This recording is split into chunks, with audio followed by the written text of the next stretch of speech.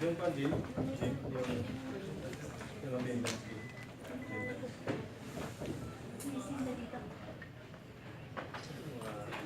Jenny?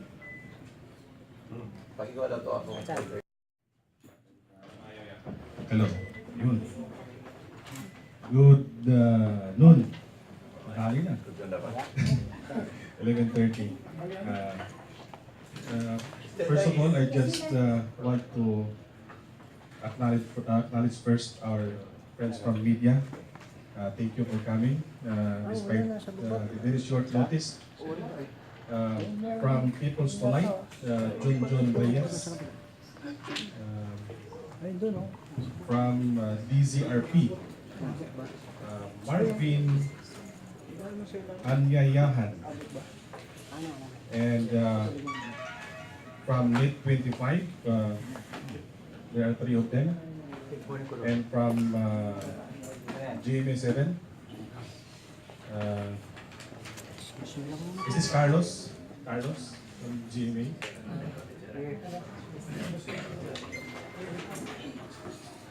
And from Philippine News Agency, Ms. Leslie. And from PTV4, thank you. Silang pinakaunang dumating. Thank you, ma'am. And from Radyo Pilipinas. And DCER, Sunshine Radio, thank you very much. DCXL, Ariel. Dati din ako sa Ariel. So, kasama. Ngayon, Radyo Man.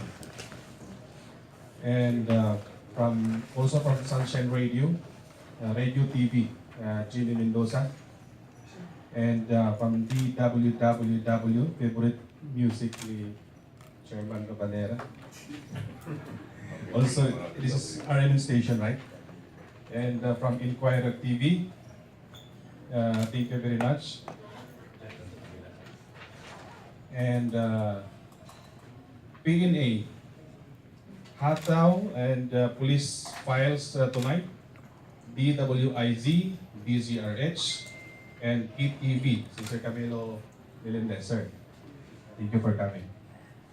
And unang-una, nais ko lang kahit ng ating mga friends from media, ito po ay ASEAN Cooperative Business Forum, as you can see in your press kit, and our questions should be in line with the cooperative activity, and not only in the Philippines, because this is ASEAN activity, and our delegates are coming from the ASEAN member state.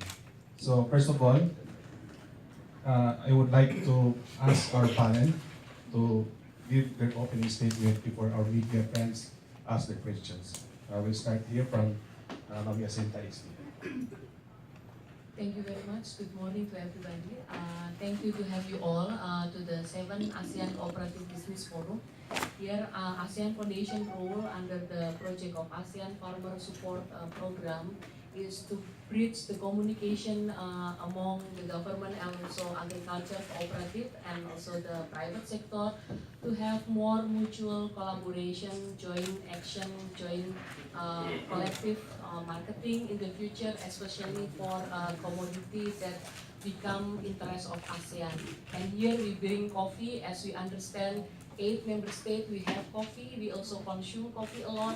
So we think that coffee will we can promote coffee as one of ASEAN identity for future partnership and collaboration. Magandang umaga po sa inyong lahat. Good morning. I'm Tetay Plantilla. I represent the Federation of People Sustainable Development Cooperative. It's a secondary type of cooperative here in the Philippines where we have 150 member organizations. When you go out, you will see the booth that we have outside promoting the products of the cooperatives. We have organic rice, muscovado sugar, cocoa sugar, jams and jellies, honey, and pomelo. If they have coffee, We also have our Muscovado sugar and cocoa sugar, and we plan to collaborate and use the two products for co-op to co-op collaboration. And this ACDF is a good venue for us to collaborate, exchange ideas, learn from each other, and also share our experiences and best practices here in the Philippines. Thank you.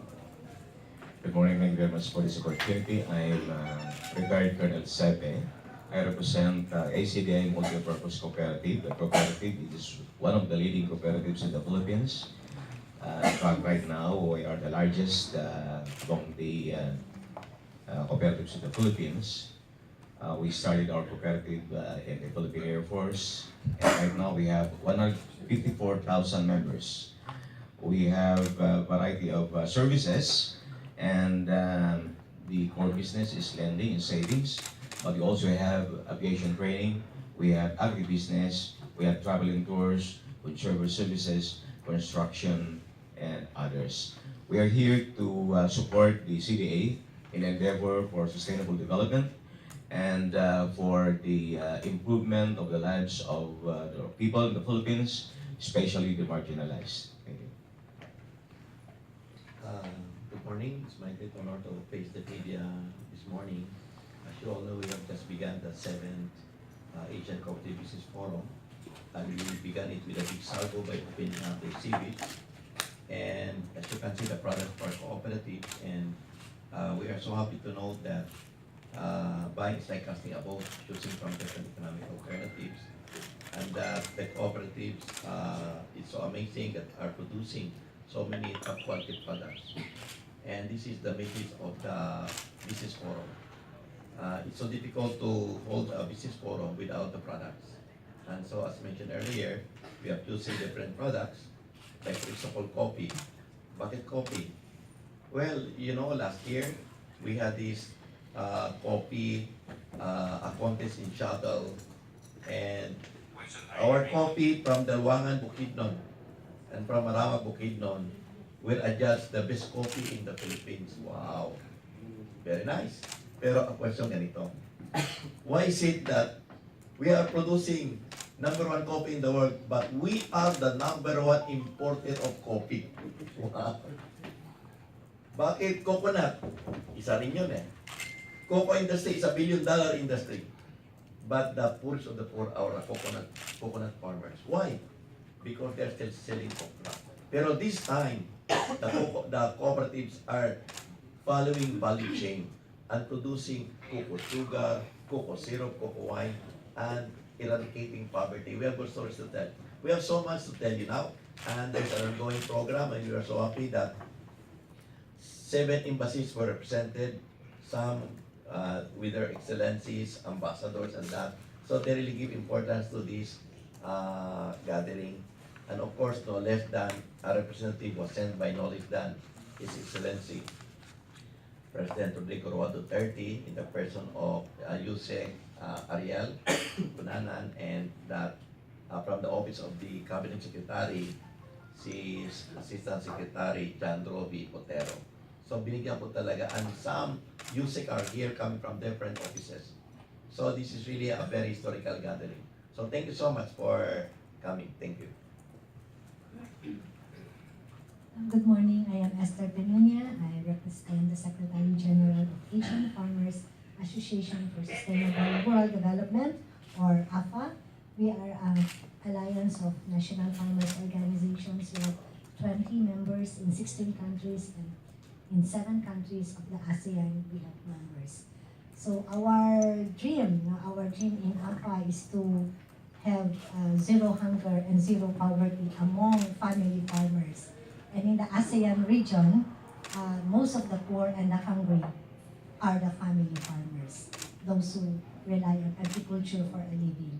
That's why we are very happy to be co-convener of this 7th ACDF, especially the theme of the ACDF is co-op to co-op partnerships to advance prosperity for all. And with our organization is implementing a regional program called ASEAN Farmer Support Program. This is a partnership with another farmer organization, La Via Campesina, and also with ASEAN Foundation, who is represented here by Yacinta. At the national level, in the 7 ASEAN countries, in Philippines, Indonesia, Thailand, Cambodia, Vietnam, Laos, and Myanmar, we are partnering with 48 national FOs, 450 subnational FOs, comprising 6 million individual farmers, and these individual farmers are organized into commodity clusters, commodity groups, farmers groups, and cooperatives that are whose priority is in some selected crops like rice, coffee, coconut, vegetables, and spices, and they are using this. They are using a value chain approach in promoting their cooperatives and their businesses and enterprises. So we hope that in this ACDF, there will be stronger partnerships among cooperatives in the country, same products, different products, among cooperatives in the different countries, and among the various stakeholders like government and cooperatives, development partners and cooperatives, so that we can really have viable agriculture cooperatives and profitable businesses that will really uplift the conditions of family farmers in the Asian ASEAN region. Thank you. My name is Cayanan. I'm the CEO of the Philippine Cooperative Center.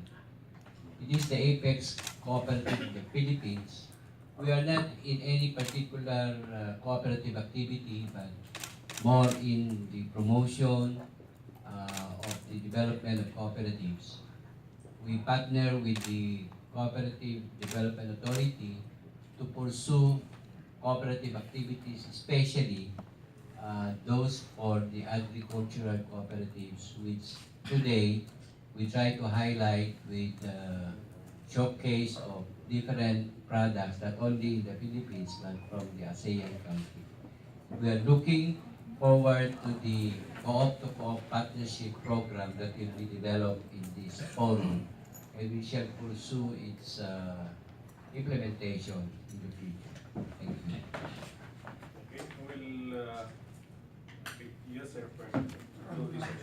Tracy Cabrera po sa I noticed, in a nutshell, this promotes cooperativism to promote, to eradicate extreme poverty, hunger, especially for small farmers, indigenous communities, and fisher folks. What makes this different from previous or other efforts? There has been efforts to promote cooperativism before. And what will ensure, in this endeavor, what will make it sure na these fishermen, farmers, including indigenous communities, will benefit outside this air-conditioned conference hall? Thank you so much for that very wonderful question. First, I would like to say that this is the 7th, so meaning to say na this has been rotated among the 10 ASEAN countries. And as you know, the Philippines was the one who hosted the 6th. Dito pa rin, that was in November 29 to December 2, 2016. Pero when we were meeting in Laos last year, they told us that the Philippines, can you please continue? Because a very wonderful thing happened in 2016. Number one, we made a declaration. When we say that, what is that? We say that the big question is this. Why is it? They're saying that there is a remarkable economic growth in this part of the world, in Asia, as growing region. Ito ang malaking question. How can you reconcile that reality that in Asia, 560 million are below the poverty line? And so along that line, you know that the great equalizer is cooperativism. Why I'm saying this? Because the DNA is, number one, it's members owned. The one to profit, the one to decide, the one to control are the members. Second, it is value-based. We follow the time-honored and universally accepted cooperative principles. And of course, the third is that sustainability is not the call of the times. Sabi nga nila, because of unsustainability in ecology, global warming, melting of the iceberg, the extinction of the species, the rising of the ocean, we fear that the earth will not last anymore. So sabi nila, sustainability, that's cooperativism. So along this line, your question, sir, na bakit, what is remarkable here? Kasi for the first time, we already identified the product that can be a subject of inter-trading. Magnegosyo na nga tayo. Bakit? I'd like to tell you this. Don't you know that there are products in other countries? For example, in India. Don't you know that Lipitor there is being sold only at 30 centavos per Lipitor? Now, question. How about in the Philippines? 50 pesos. Ngayon, if we do it the cooperative way, we will help a lot of the sick people here in the Philippines. Another, sir. Don't you know that in Republic Act 9520, nakalagay doon talaga that cooperatives, especially the transport cooperatives, can import petroleum product tax-free. That was issued, yung law na yun, 2008. Sir, until now, wala pang naka-import ng petroleum product tax-free. Diba? It is controlled by cartel. So along that line, I guess, sir, the best way to dismantle this control is to cooperatives. By way of cooperatives, importing petroleum product, Coop to Coop trade. Brunei, can we now buy petroleum products from Brunei? And so others. At ito po, so that is trading. Now, how about us in the Philippines? Don't you know na ang cocoa sugar dito, ang lakas ng demand? Kasi that is the cure to mga diabetic people. And so along that line, that is the products of our cooperative. Sir, there's another one. Don't you know that 99% of the milk that we are using in the Philippines are imported? Pag nagkakira bukas, walang pag maraming bibi ang mamamatay. Now, we would like to showcase a reality. Meron tayo nitong Northern Mindanao Dairy Cooperative and Cooperative producing high-quality fresh milk. Sabi nga namin, Lacta, People, Planet, following sustainable agriculture, producing this. So amazing. So yun, sir, ang pa namin. Kaya sabi nila, Chairman RAVANERA, why don't you force again? And so along that line, kasi maganda nangyari, and when we make a strong declaration to be the equalizer to advance yung sinasabi po nila, sustainable development goals, end poverty, end hunger, advance social justice, equity. Kasi sabi nila, the unsustainability in economy is very glaring. Alam po ninyo, based on the Oxfam study, 88 families in the world, ang kanilang total asset is the asset of a combined wealth of 3.6 billion people on earth. Almost half of the world population. Ganun pala yun. So, sino po ang magdidemocratize sa and power? Cooperativa po.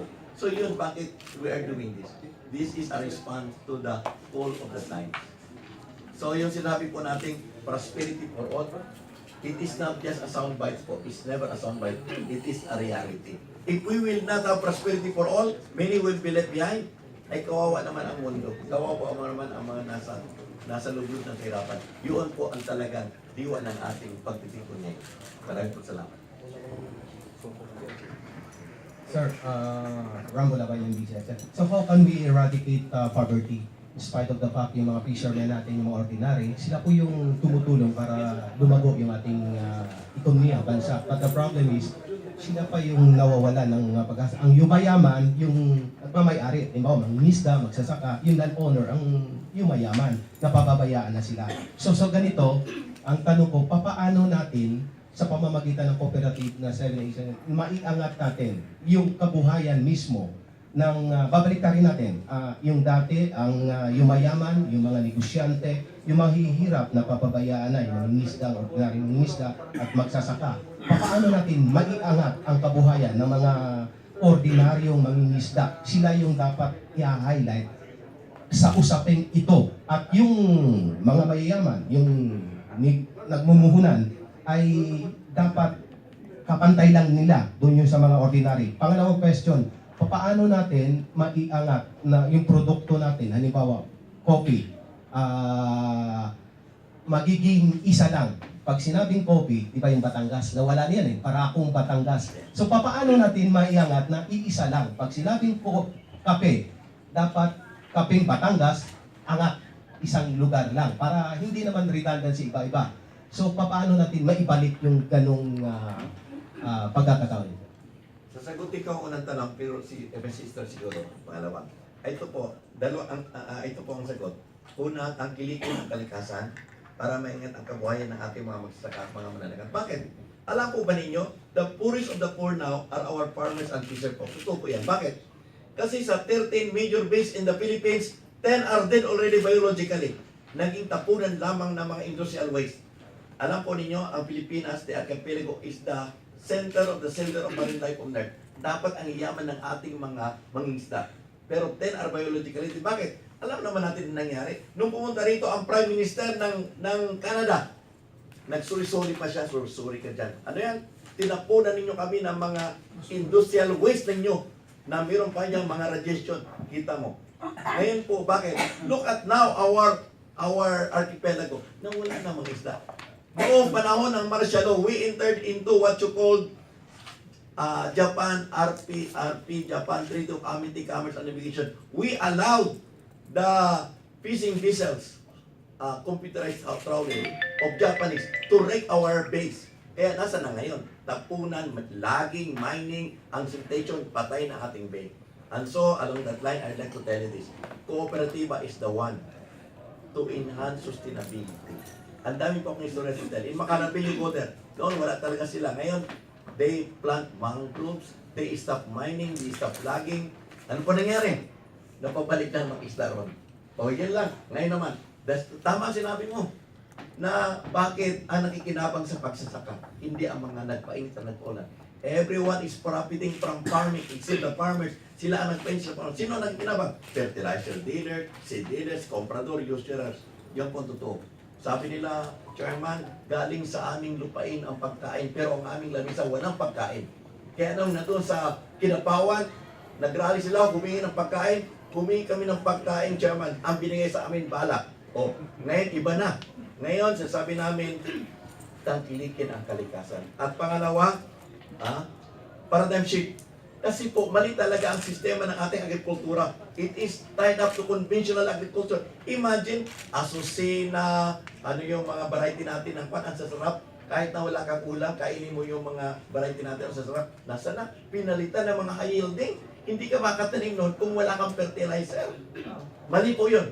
Ngayon po, tinutuwid yan ng mga kooperatiba. We follow sustainable agriculture. Yun na nga po, ipabalik ang magmamayari ng lupa through cooperatives at they should also control, sir, the mode of production and marketing. Imagine, ikaw may-ari ng lupa, ikaw may-ari ng mga mais at ng mga bigas, pupunta ka kay Xiongho, ang lokal komprador, Xiongho, magkano ang bili mo ng aking produkto? Mali yan, produkto mo yan, ikaw ang magligtas, di ba? So, yun sa coffee, si Mrs. Esther. Makalimutan ko yung safety needs para hindi makontrol ng mga oligarch. Ay, Kasi baka mamaya, nabanggit nyo kasi baka makalimutan ko. Yung safety net, kawawa naman yung mga ordinary. Ang the safety net is ito. Ito po talaga ang pinaka-safety net. Kasi lalo na sa Mindanao. The Mindanao is the richest island. Why? Sabi nga nila, everything is there. Inubos na ang kalikasan, ang mga tanim, magukay ka, puro gold, 72 kinds of minerals. Ano ang safety nito? Ito ang analysis. You first analyze the problem. What is the problem? Ang problema, poverty is rooted not in the lack of resources. We are so rich. It is the food basket of the Philippines. Bakit according to SW survey? Doon ang maraming gutom. Bakit? Kasi nga po, ang control ng ating farming, food production, marketing, ay yung mga oligarchs. Ngayon sir, I'd like to tell you this. Study po ito ng Development Academy of the Philippines. Study nila, why are the Filipino people poor? Because they are powerless to have access and control over the resources. Now, as a countermeasure, they should be empowered. Now, sir, how? Cooperative. Harness their collective potential. Yun po ngayon, that is the guarantee. Kung ang problema natin ay tayo ay control ng mga oligarchs, ng mga cartel, the only countermeasure is when they are binding themselves to the unharnessed collective potential. That is the guarantee. That is the guarantee. So now with regards to copy, Mr. Tyren, sister mo na. Maganda yung mga tanong, mapanuri, no? Pero gusto kong magbigay ng 3 punto. Sige, sige, sige. Una, hindi naman masasagot ng 7th ACPF yung tanong na mapapaganda yung buhay ng mga magsasaka, mangingisda pagkatapos ng ACDF. Kasi ang pagpapaganda ng buhay ng mga mahihirap na magsasaka, mangingisda ay isang proseso.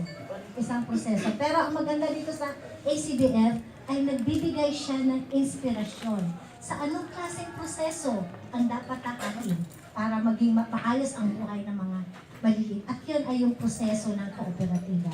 Ang proseso ng kooperatiba, pag-organisa sa pamagitan ng kooperatiba, isang matagal na proseso.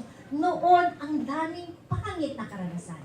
Sa lahat ng bansa, pangit ang karanasan ng kooperatiba. Kasi noon, ang mga kooperatiba ay hawak ng gobyerno.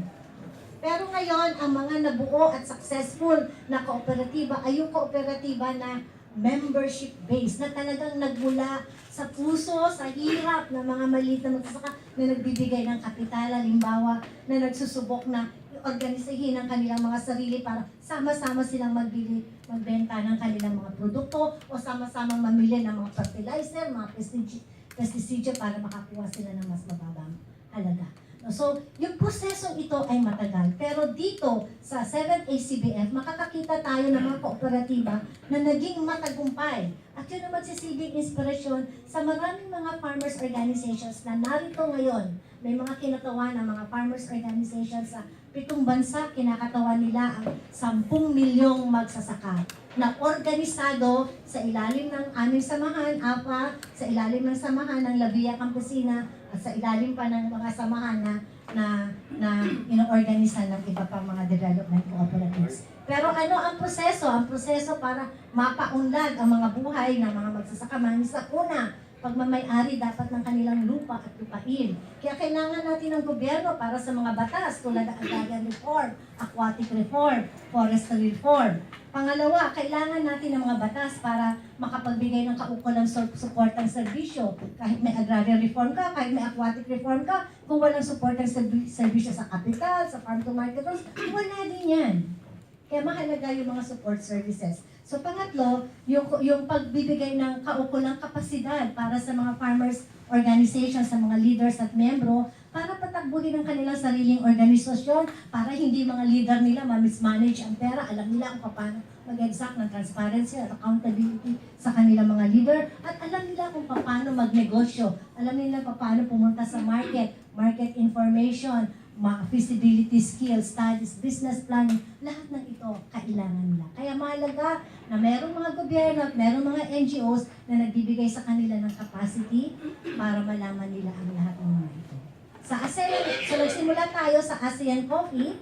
So sa ASEAN Coffee, nagkaroon sa ilalim ng programang AFOS, kasama ang ASEAN Foundation, ginather natin ang lahat ng mga coffee farmers na successful, pati mga government agencies at NGOs na nagsusuporta sa coffee. At ngayon, meron tayong ASEAN Coffee Corner, meron tayong roadmap for the ASEAN Coffee. May pagnanais na magbalak na magkaroon ng isang branding sa ASEAN Coffee para pwede natin ito ipagbili as one in the country. Tapos, susunod dyan, iba pa mga produkto like rice, coconut. Hinay-hinay lang, slow but surely. Tama. Gusto ko lang bagitin yung tungkol control ng gobyerno ng kooperatiba. That's not correct anymore. Panahon niya ng martial yung sa mga samahan na yun. Pero we have to understand na ang kooperatiba po mayroong isang feature, autonomy and independence. The General Assembly is the one to control. Kaya nga po, napasama talaga ang kooperatiba sa programa ng New Dispensation, yun sa biyayang pagbabago. Kaya nga natutuwa na we are so honored na yung nga po kasi kasama natin ngayon ang mismong representative ni President Rodrigo Roa Duterte, si Undersecretary Ariel Cayanan. Ito po, Ariel? Nan po siya. And so on that line, we are so happy and gusto po namin iparating sa aming mahal na Presidente. Salamat. Kasi ito po, ito Ariel, di ba, Usec? In his first 4 day of office as President, July 4, ano ang ginawa ng mahal nating Presidente? Inilagay niya ang CDA under the office of the President where we rightfully belong. So, pasalamat po kami along that time. Salamat po. gusto ko lang pong sagutin yung tanong kanina. No? Ano yung pinagkaiba at paano ma-ensure yung maibabalik ito dun sa mga fisher folks, farmers. Nung una po, ang tingin sa kooperatiba ay utangan lang. Ganun lang po yung pagtingin. Pag mag-join ka ng isang co-op, uutang ka lang. Pero sa ngayon po, iba na po yung co-op. I-concretize ko po yung mga sinasabi nila, like sa Federation po of People Sustainable Development Cooperative or FPSDC. Simula pa lang po dun sa pagtatanim hanggang doon sa consumption or tinatawag namin na value chain of doing business, nandun na po yung pag-agapay ng mga co-ops. Simula po sa kailangan nilang funds for planting, hanggang doon sa harvesting, working capital, nandun po yung suporta ng co-op. Hanggang doon po sa pag-package ng kanilang mga products and pagpunta nito doon sa mainstream market.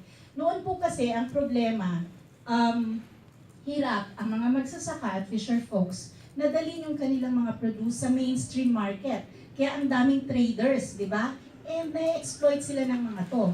Sa ngayon po, dahil membro sila ng co-op, at the end of the day, pagkatapos ng sinasabing value chain, yung income na a-achieve ay naibabalik po natin ito sa kanila sa pamamagitan po ng patronage refund, dividends, at doon po nararamdaman at natututunan nila na sila talaga yung may-ari ng kanilang negosyo. At doon po yung empowerment na sinasabi. So, katulad po nung tanong ninyo, noon at ngayon, ganun po yung pagkakaiba. At ang paano ma-ensure, yun po yun. May dividends, patronage refund, may capability building na actual pong nangyayari sa ngayon. Follow-up lang. Pamilya mo kayo sa problema ng Tadeco. Tadeco. Ano nga yung Tadeco? Ano pa? Nasawa yung girlfriend ni speaker, tapos nagka-problema yung Tadeco. Ang kawawa yung mga magsasaka. Kasi binanggit niyo yung mga batas eh. Siyempre, kailangan lahat ng ating mga ginagawa may kalakip na batas na nagpapatibay sa gagawin natin. Eh kung ang mga mambabatas natin, gaya na, nag-away na yung mga girlfriend, na-perder na yung Tadeco. Diba? So, what I'm saying is, diba, yung ang safety net for us. Kasi diba, there's nothing wrong with government controlling cooperative. Kasi supposedly, ang gobyerno para sa taong bayan yan. Mas delikado nga pag private. Kasi private, ang orientation yan, kumita ako. Ako, head ng cooperative. Ako dapat ang kumita. Ako namahulong din. Diba? Pero government is not supposed to earn. Kung may earnings ang government, revenue, it is returned back to the people. Diba? Kaya sa akin, ang pananaw ko, hindi delikado yung cooperative being controlled by government. Kung gagawin ng gobyerno ang kanilang tungkulin na mag-service sa taong bayan. Eh kung magnanakaw mga nandun, ewan na. Actually, sabihin ko lang, ang katotohanan, sabi kanina ni Undersecretary Ariel kanina, ito po yan. We have 26,599 cooperatives, 14 million members. Pero, dagdagan ko lang po yun. Don't you know po na meron tayong 26 types of cooperatives? 26, ha?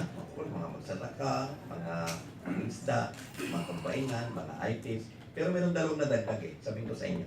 Last year, 24 lang yan eh. Dalawa. Ano? Galing po ako sa Mama sa Pano. Ay ito pong nadagdag, tama ka. Dapat ang gobyerno may control. Bakit? Alam po nyo nadagdag. Una, mga former combatants of the Moro National Liberation Front. Nandun ako sa Marawi, ang karap ko 500. Kahit anong mag-joke hindi tumatawa. Sabi ko, bakit hindi tumatawa? Chairman, serious kami. Kasi, we are former commanders of the Moro National Liberation Front. Pero nag-organize sa kaming to cooperative. Imagine that. O ano ngayon na nangyari?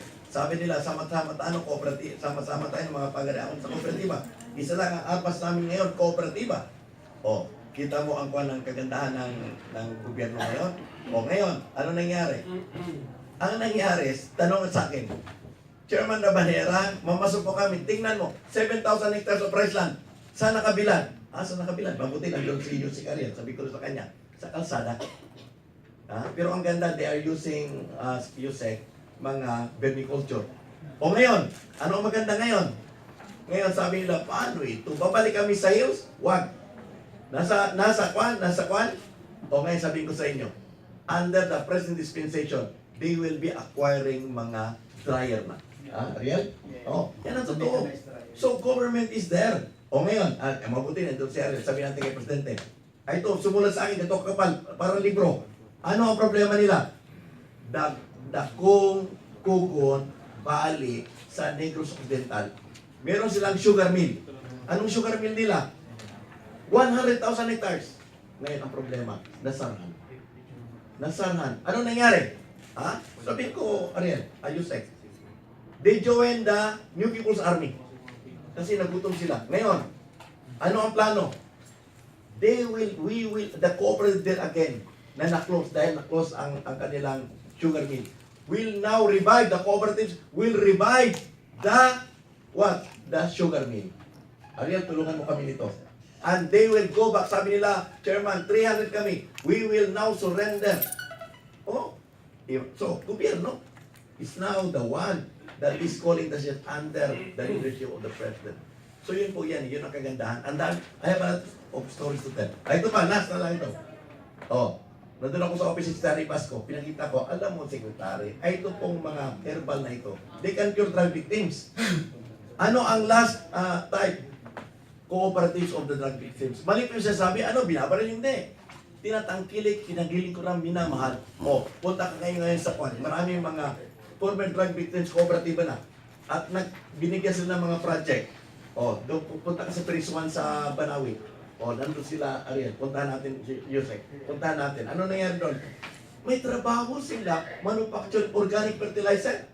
And they will be raising livestock. Pag sinabi, Chairman, huwag mong patayin yung manok na yun. Napamahal yun sa akin. Tingin ko sa'yo. May nag-reform na. So yun po ngayon ang mga programa ang gaganda natin. Siguro si Usec Ariel can say something about that line. Bago po tayo tatakbo papuntang Kongreso because of the House Bill na dapat natin bibigyan ng mga inputs. Number one, going back dun po sa sinasabi kanina na okay lang na ang kooperatiba ay controlled ng gobyerno. That is not how the cooperative was designed. Tama po yung sinabi ni Chairman, ang dalawang characteristics po ng kooperatiba, autonomy and independency. So what's the role of the government?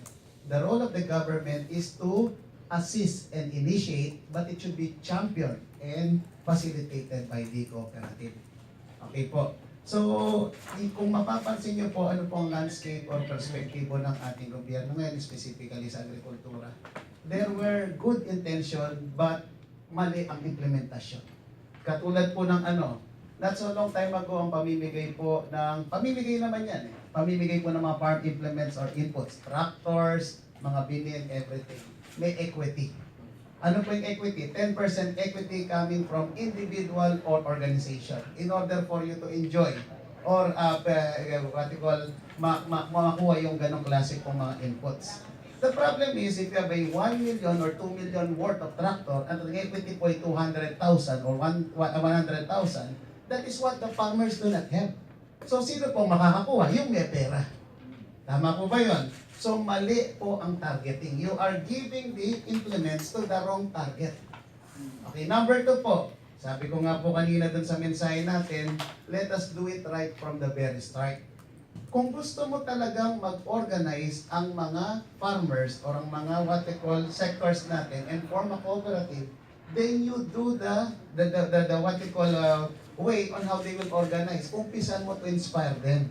How? Lahat ng aming mga ibibigay or mga ipapamahagi ay ibibigay lang namin sa mga organized one. And these are the cooperatives. This is in the art of what we call production. Hindi po tayo natatapos dyan. Sabi nga po natin, yung mga namamagitan, the middleman and the traders, yan po ang remember, we have two stakeholders here, the producers, what happens with the farmer, and ultimately the consumers. They want also reasonable price, not a unreasonable markup price. Bakit po tumataas? Because of the middleman or the traders. Kaya nga po, I'll give a concrete example, hindi po hypothetical. Last year, yung pong ating mga magsasaka at kooperatiba dyan po sa Nueva Ecija, ang mga magsisibuyas, they have this usual problem na every year, mag-harvest po yan. With the lack of the storage facility, immediately right after the harvest, benta lahat sa mga trader. With a very controlled price, dictated price. Sa ngayon po, we have two approaches. This year, magtatayo po tayo tulad ng sinasabi ni Chairman, other than the drying facilities for the rice, yung pong mga warehouse tsaka cold storage for them, so that when the price is so low, and there is a tendency for the importers or the traders to abuse it, i-store nyo muna. Mauubusan din yung mga yun kasi i-regulate naman po talaga natin ang pag-i-import. At pag maganda ng presyo, tsaka nyo po bitawan. Hindi kayo kontrolado ngayon ng mga farmers, ng mga traders. Now, there are institutional buyers that we already communicated with. Sino po mga institutional buyers natin? Si Robinson, si SM, si Ayala, si Jollibee, lahat na po na gumagamit ng agricultural product natin. Iminit po natin in coordination with the Presidential Assistance for Entrepreneurship, si Mr. Joey Concepcion, of course, with the initiative of the Secretary and DTI Secretary Mon Lopez. May commitment po sila provided you can produce the kind of what we need and the amount that we need to sustain our operation, you will be our priority. Nagkaroon po ng agreement yan.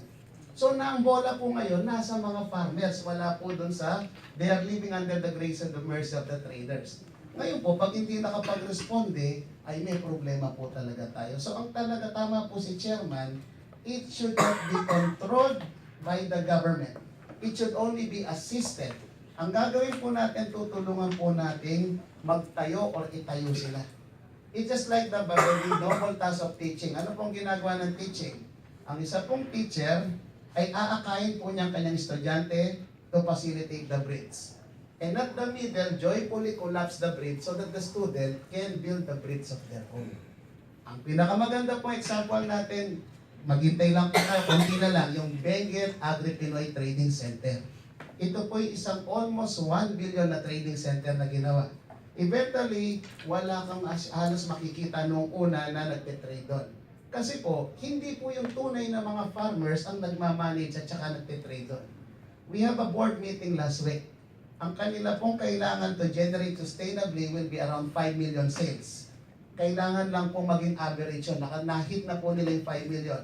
And of course, with that initiative, I'm pretty quite sure before the end of this month, baka paunti-unti turnover na po natin sa kanila. Hindi po LGU, hindi State University, yung mga farmers cooperative dapat pong magpatakbo na. So, yun po ang mindset natin na ang kooperatiba dapat po very strong, very powerful ang mga organisasyon. Tama po si Sir, sa ibang bansa po, sila ang nagdidikta ng presyo. Of course, yung nagdidemand ang magdidikta ng kanilang ipoproduce. Hindi po pwedeng kami ang magsasabi ng ipoproduce mo, kami rin ang magsasabi ng presyo. Yung may demand, dahil may pera siya, siyang magsasabi. Pero ang presyo, dapat ang magdidikta yung pong mga kooperatiba. With a reasonable. Kasi po may price act naman tayo na nagsasabing profiteering is not also good. Thank you. Sir, by the way, what we are talking here ay ano lang po ba, mga for local consumption ng mga produkto ng ating mga magsasaka. Kasi meron pong ASEAN integration na papasok din po yung mga produkto coming from different countries na miyembro ng ASEAN na magiging competitor po ng mga local farmers natin. So, paano po natin i-reconcile yung ganong problema sa Ako kasi ko muna answer to that. Para sa amin dito, as now going on, yung ating pong mga kooperatiba at first is that they are really supplying the local market. That is right. Meron nga pumunta, alam mo, Usec, Ariel, ganito meron pumunta sa akin kasi alam nila na ang mga kooperatiba lalo sa Mindanao producing kuko sugar. Gusto pala ng mga Japanese. Our life, we live more than 100 years old. Because yung mga diabetic na pure ng kuko sugar. Alam mo nangyari sa no, before we supply your country, ang laki ng demand dito sa Pilipinas. Sa milk, ang laki ng demand dito sa Pilipinas.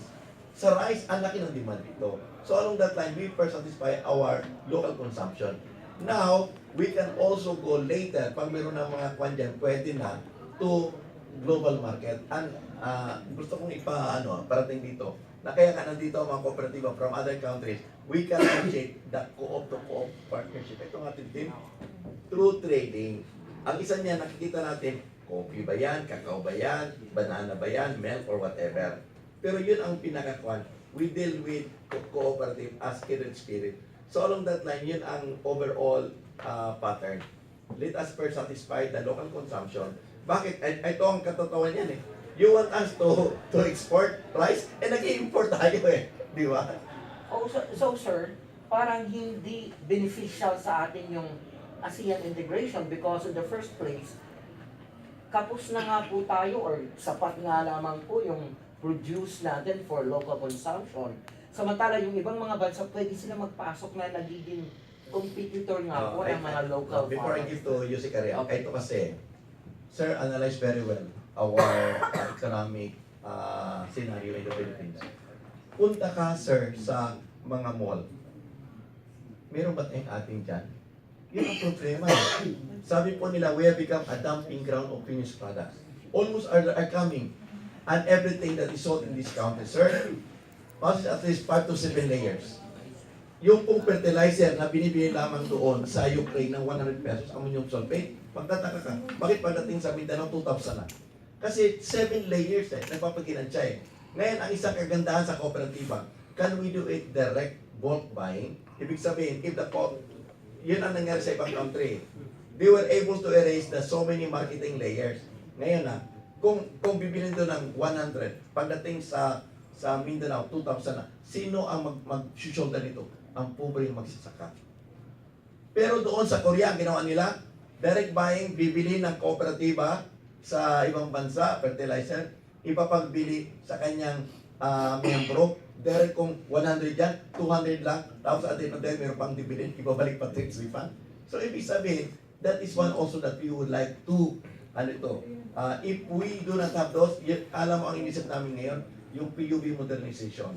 Baka as we now can import petroleum product tax-free, or itong mga vehicles, baka kung direct yan, baka mas mura at pakikinabang ating Secretary Ariel, can you please add? No? Sir, yung idadagdag ko lang, baka makalimutan ko. Yung sa ibang bansa, hindi ba nakakahiya sa product natin agricultural? Halimbawa, yung biyabas. Biyabas sa Bangkok, Thailand, ang tamis eh, kumpara sa atin. Anong pagkakaiba? Para bang nakakahiya kapag ikukumpara natin? Pag pumunta kasi ibang bansa, yung mga produkto ng prutas, ang tatamis. Pero pagdating sa atin, sa bansa natin, maasim. Di ba? Mangga. Biyabas na lang, punta ka sa Bangkok. Di ba? Marami nakapunta sa atin, mahilig naman mag-travel. Sa Bangkok, ang tatamis ng mga prutas nila. Sabi ko, pinuprodukto pa nila sa mga hotel. Ba't sa Pilipinas, Allow me. Well, of course, much more than I've been addressing it in behalf of the President. Allow me to address it in behalf of the Department of Agriculture also. Number one, ano po ang policy ng ating Pangulo at ng Department of Agriculture? Though we are exercising inter-foreign policy, but when there is a conflict between foreign and domestic, the President always go to the domestic one. Nag-exercise po ang ating Pangulo ng independent foreign policy. Katulad po ng sinabi ni Sir na kanina na dahil may Asian integration, madali pong pumasok dito lahat ng produkto kasi mura. We're not even talking about the quality. Hindi po ganun kadali rin po yun. Because we have what we call the market access that they should be applying with. And on top of that market access is the practice as well as the border protection. Mag-produce man po sila ng murang mga commodity, pero yung maximum residue level hindi po pumapasa. Yung best risk analysis hindi po pumapasa. Kasi paring napataas nila yung antas ng production, binomba naman po nila ng mga chemical o kung ano-ano pong mga GMO application. So yun po, tinitingnan natin mabuti yun. We do not call it trade barrier. Don't get me wrong. Ito po yung tinatawag nating border protection. And when safety is a compromise, hindi po pwede po natin basta-basta payagan yan. Number 2 po, kung narinig po ninyo na isabi na po ng ating Pangulo, ng ating kalihim, let us focus on our basic mandate. Our mandate is to produce food. And what is primarily streamlining and what we call drilling for our Filipino people. So ang utos po ngayon ng ating kalihim, tigilan na muna yung pagmamarket sa ibang bansa. Unahin muna natin yung national consumption natin. Kanina po, pinaknowledge ko yung FAO, si Jose Luis Fernandez, nagpa-commission po kasi tayo ng study. Sa ngayon po, though may PSA data tayo, I'm not saying we should discredit PSA, but the amount of food that we exactly need in terms of quantity, in terms of quality, in terms of nutrient, kailangan malaman natin so that what we will be producing, surgical precision, alam po natin. Kasi pag sumobra po, mura naman. Pag wala naman po, masyadong mahal. And kailangan lang may buffer stock lang tayo as and when calamity happens, let's say 3 months, 6 months, meron po tayong pagkukuhanan. And anything that we cannot produce, again po, hindi po automatic ini-import natin if it will endanger whatever status that we have. Remember, we are FMD free. Not so long time ago, before there was an outbreak that came, the avian influenza, we were AI free without vaccination. Sa buong Asia po, tayo lang ang nagkiklaim nun. And if you go beyond, kanya nga po, lahat ng mga bansa na hindi po free, hindi po pwedeng makapasok dito live. Ang pwede lang po nilang ipasok, process, ibig sabihin heat treated. So marami pong Plantilla yung Asian integration na yan. But the bottom line is, ang sabi nga po kung minsan, yung puwig na napakalapit po sa mata, yun po hindi natin nakikita. Kanina po, nakwento ni Usec, RAVANERA, yung tungkol po sa ine-export po natin at pangangailangan natin sugar. Huwag po kayo lumayo, yung araw-araw paminta.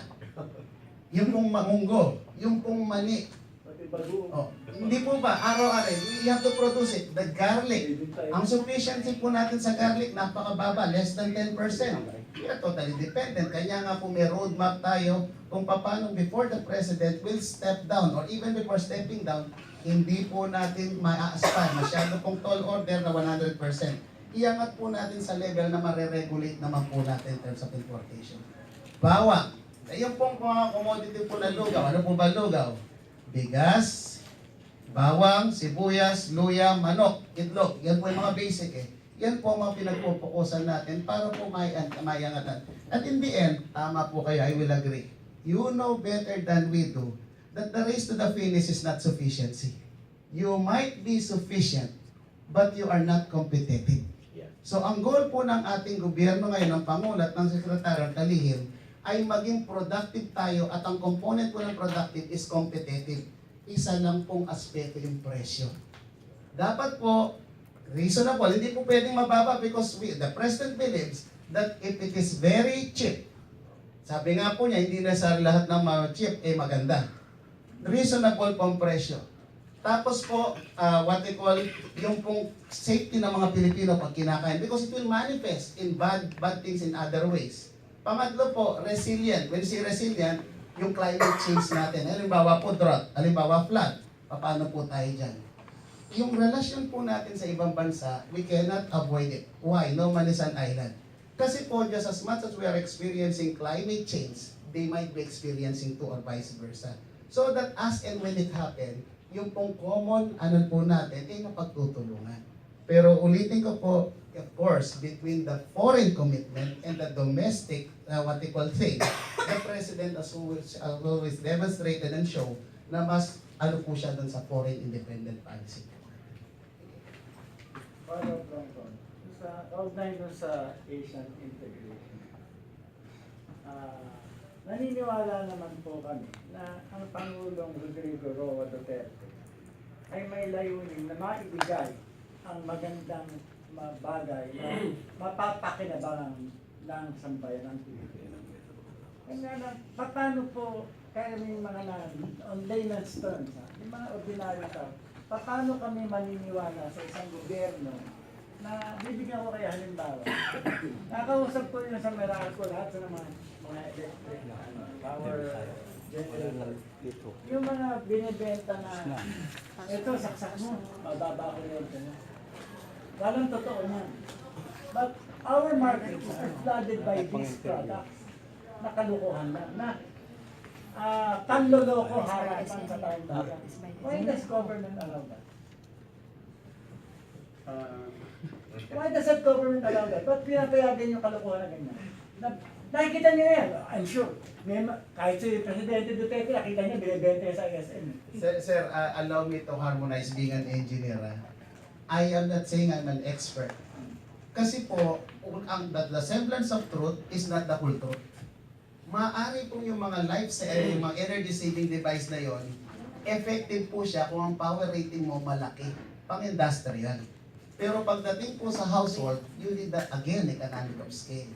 So meron pong konting twist. But this is free market. Anong gagawin po natin? And there are claims. Unless otherwise somebody complains and prove na talaga pong mali yun, ano po ang gagawin po natin?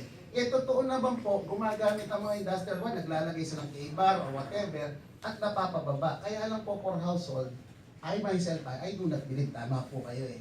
Kasi maliit po masyadong kinokonsumo para ibaba niya versus dun sa presyo po niya. At the end of the day, the cost and benefit analysis. Yun po bang binili natin, marirecover po natin dun sa servisyong binibigay niya. Pag hindi po, it's a choice. We are in a democratic country, tama po ba yun? But I want to also believe that there is such thing as DOE, yung Department of Energy, who will regulate it. Tama po ba yun? So, gusto ko rin iba, if I may. Kasi nagsasalita ka ng electric cooperative. Kaya nga po, kami talaga sa CDA, gusto talaga namin na i-cooperativize talaga ang mga utilities. You know what? Bakit? Kasi there are things in life which are beyond the commerce of men. Kasi these are means to life. For example, I control the air. You will die if you don't have money. Or i-control ko ang water. Electricity is means to life, man. And so along that line, dapat talaga i-cooperativize itong mga utilities na ito to be managed and owned by the consumers themselves. Kaya yung mga propaganda na you buy this, you buy that, ang mamahal, yung pala, ganun lang. Kung cooperative ba yan, hindi mangyari yan. Okay. Last two questions na lang siguro. Usec, yun lang. Medyo natagalan na ako sa labas dahil nag-report ako eh. Gaano kalaki ang suporta ng Department of Agriculture dito sa mga kooperatibang ito? Well, part of the message that I informed a while ago, we all started by simply saying the broken or the dotted line, we connect it already. Humingi po kami ng tao galing kay chairman na para po kung ano man ang inisyatibo immediately, kung may mga priorities kami na i-deliver agad. Binigyan po kami ng tao at i-evaluate natin, hindi lang basta kinuha kung ano naging effectivity. Number 2 po, lahat po ng inisyatibo po ng ating Department of Agriculture, we do not deal with individuals. We deal with organized. And when you say organized here in the Philippines, tantanawt also synonymous to cooperative. Pag tinanong nga po sa amin, sino mga pwede rito? POs, kasi po hindi naman natin pwedeng sabihin na ang agad pong sabi ng mga tao, ng ano natin, cooperative yan. Which is true, cooperative po majority. Lahat po ng ating support at saka initiative, even the what we call conduits na ginagamit po natin for access of credit, almost 90% cooperative po ginagamit natin. Now, in the local level, ini-encourage din po natin. Of course, you can only encourage the way and how do they operate. It's up to them because they know better than we do what will be good for their organization. But we are encouraging them na i-form kayo ito cooperative at sisiguraduhin namin i-assist naman po namin. And there are a lot of success stories. Gusto ko lang dagdagan sa dali. Kasi last year, Usec, nag-send kami ng memorandum of agreement between CDA and the DA with clarification. This is for training our cooperative of farmers. Diba, Usec, you have the ACDI. Kaya nga po ganito ngayon nangyari. Kasi nasa law po yan na the cooperative, that the CDA shall conduct trainings as so as to enhance the capability of our micro-cooperative. Ilan po yan? Ang dami niya, more than 10 million yan. As CDA cannot do that. So we do it now in partnership with the DA. So yun po yun. Sir, paano natin mapawi? Uso ngayon yung abroad, mga opisyal na gobyerno sa iba't ibang bansa. Paano natin mapawi yung agam-agam ng kababayan natin ordinary na yung pag-abroad nila sa iba't ibang bansa, mapapakinabangan nila, ma-adapt nila yung mga natutunan lalo sa produkto when it comes to comparison sa products natin. Sasabihin, mas maganda ang product ng Indonesia sa Malaysia kaysa atin, matamis ang produkto ng Thailand kaysa sa Pilipinas. So at least mapapakinabangan yung usapin ng abroad ng mga opisyal natin. Ang dami lang travel sa ibang bansa, pero hindi nila na-apply. No, hindi nila nakukuha yung parang lumalabas lang yung pangsarili lang nila. Sir, paano natin Okay po, nagbigay na po ng instruction ng ating Pangulo at ang ating kalihim in particular. Ang sinasabi po ng ating Pangulo at ating kalihim, lahat po ng travel, wag na po natin i-generalize natin. Number one, it will be guided by a travel order. Ibig sabihin, inaprobahan. At paano po aprobahan? Ang una pong sustansya po nun, bago ka pa umalis at pagdating mo ron at pagbalik mo, anong kapakinabangan ang ibibigay po sa mga magsasaka in general at sa Pilipino in particular. Meron pong post-travel report, lahat po ng travel. Doon po ngayon titingnan kung talaga pong the amount of money that it's what we call government official or government employee did, worth naman dun sa perang kinukuha kay Juan de la Cruz. Mr. Chairman, magandang tanghali ho uli. Karaniwang problema sa kooperatiba ay yung financial support. Ang minimum requirement ng isang kooperatiba ay 15 members with at least 1,000 contribution ng bawat isa. Dahil dito sa problemang ito, ay paano po ma-incapacitate ang CDA para makatulong dito sa larangan ng problemang financial. Are you in favor of making the CDA a department, a regular department? Well, that's a very good move, no? Ang gusto lang talaga namin, mapalakas ang CDA. Kasi po, for so many years, meron lang po kami hinihingi, una taasan ang budget ng CDA para naman magawa namin ang aming mandate. Alam po, ang mandate namin, number one talaga, sa aming panyan charter. To formulate, adapt, and implement integrated and comprehensive plans and programs consistent with the overall socio-economic plan of this administration. We are now going into value chain. Magtanong tayo, CDA, may pera ka ba? Pag ang isang kooperatiba ng magsasaka, gusto silang mag-value chain, yung kanilang mga kupra, gawin nilang mga kukusura or whatever. Ay, sorry, wala kami dyan. Yun lang kailan namin. Pangalawa, yung aming pong plantilla position ngayon, ilang taon na? 20 years na. Ang aming posisyon, Usec, 736. Bakit hanggang ngayon? 600 pa lang kami. Ang tumataas po, ang number ng mga kooperatiba ngayon, ang dami na, 26,000. Ilan lang ang tao namin sa field? 300 lang talaga. At ang aming TEB, ang iba dyan, 5,000, ang aming 1,500 lang talaga, 2,000. How would you now, kasi one CDS field worker has to serve 100 or 150. How kung walang budget? Pangalawa, give us quasi-judicial power.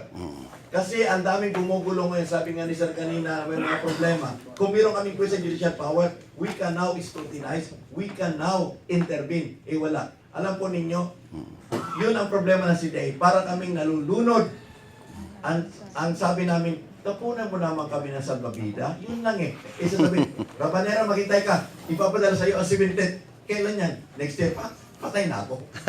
Yun lang po. Kaya understand natin mabuti na dito si Ariel, baka sabihin niya kay Presidente, na kahit na strengthening lang muna sa kanayang, kasi wala ang mga tao sa pangailangan ng CDA. So yun po yan talaga ang nakikita namin pangailangan ng aming opisina. It is an office under the office of the President na dapat talaga. At saka yung sa Pangulo, yung sa financial support, ito nga ang katotohanan. Gusto ko sabihin ito. Ang tanging lunas sa kahirapan ay kooperatiba. Sila ang pumapatay sa 5-6. Pero hindi na pinapatay Intel. 5-6 lang talaga. Ngayon ang sasabi ko ganito, ano ba ang mga financial fund? Merong credit surety fund ngayon. Diba? Ang fund ito, they can borrow more than 10 times their credit worthiness.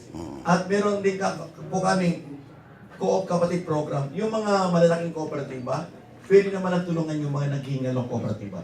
So, walang problema naman sa mga ganyan. Pero ang gusto lang namin, palakasin lang talaga ang CDA. Salamat po. So, hindi pala totoo na pinapaliwala ni Secretary Manny Pinyon yung mga kooperatiba? Hindi po. Hindi naman. Mahal po ni Secretary Pinyon ang mga kooperatiba. As the Usec, and will attest to that. Sila nga po main partner na. Partner na For access to credit. Without the cooperative, wala po kami control. Tama. So, maraming salamat. Camilo Meliendez. Ay, Camilo. Camilo Meliendez.